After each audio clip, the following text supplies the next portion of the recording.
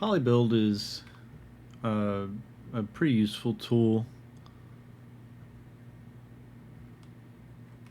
but it works best if you use a flat plane. I have a 3D object, so I can only move points around because there's nowhere, well, it's a completely closed object. So you'll notice the points turn blue, so you can basically tweak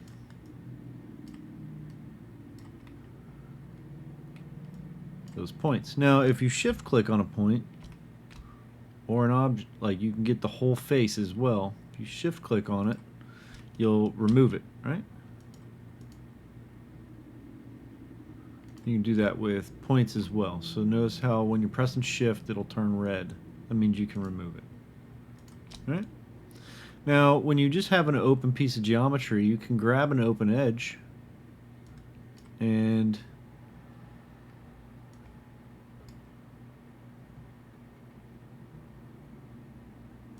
depending on where your mouse is will depend on where. And you want to be in the direction that you want to extrude, right?